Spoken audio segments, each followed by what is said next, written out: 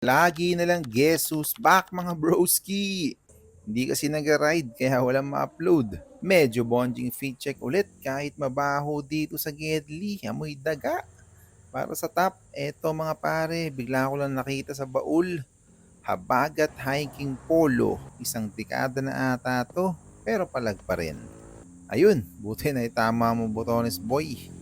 Para sa pambaba, ternuhan natin ng brown na pants gawa ni Jaffa Sam. Swabing-swabe nga rin naman. Sombrero na lang ang kulang para ng si Kuya Kim. Para sa medyas, alaala ng JTR Enduro Race.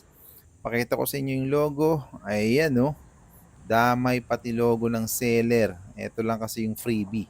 May pagkabundat na freerider kuno ang trip natin ngayon kaya eto naka-flats tayo.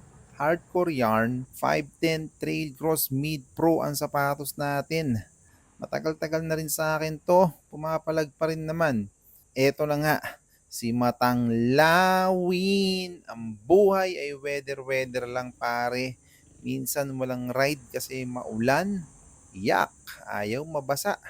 Helmet natin, PLD stage pa rin. Ride Fast 661 gloves kahit mabagal lang tayo. At para hindi aalog-alog ang helmet sa ride, syempre dapat may goggles. POC lang ang baon natin.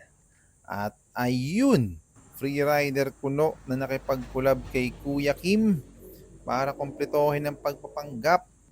Eto na nga ang pinakamalaking poser sa downhill scene ng Pinas. Aba, at totoong DH bike na nga ang dala. Babush!